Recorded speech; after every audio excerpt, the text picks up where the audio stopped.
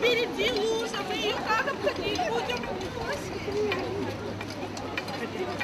Я хочу тоже собаку.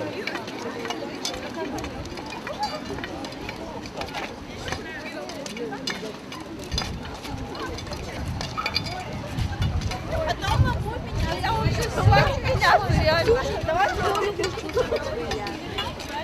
Да. Пройдите один раз.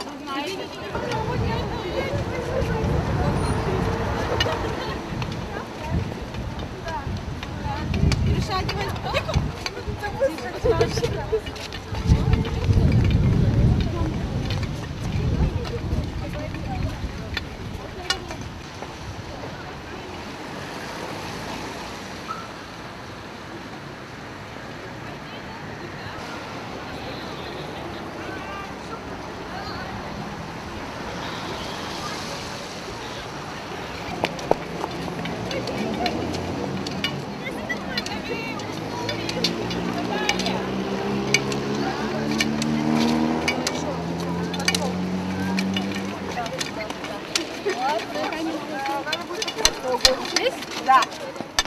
Уже второй год в Коми республиканская специальная библиотека для слепых имени Луи Брайля совместно с Коми региональной организацией Всероссийского общества слепых проводит республиканскую акцию «Белая трость». Как известно, 15 октября – это Международный день белой трости, и поэтому мы в этот день, сейчас совпал суббота, поэтому мы проводим пятницу, проводим это мероприятие для того, чтобы обратить внимание общественности на проблемы незрячих людей. Что незрячие люди есть у нас в городе, в республике, и поэтому, чтобы в трудной ситуации мы могли им помочь, пройти в автобус, в магазин.